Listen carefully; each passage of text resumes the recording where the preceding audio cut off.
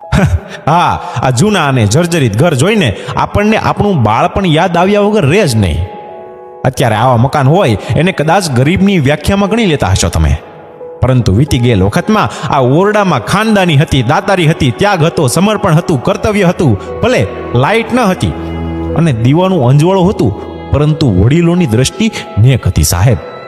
ભારે વરસાદ અને પવનમાં એકાદ બે નળિયા ઉડી જતા, પરંતુ આ ખોરડાના માનવીઓમાં ઇજ્જત અકબંધ હતી. ને હા, સિમેન્ટનું પ્લાસ્ટર નહોતું, પણ કોઈના પગમાં પ્લાસ્ટર આવે તો આખું કુટુંબ પડખે ઊભું રહેતું સાહેબ. ફ્રીજનું તો ક્યાં નામો નિશાની હતું, પરંતુ એની વાતોમાં ખૂબ જ શીતળતા હતી હો.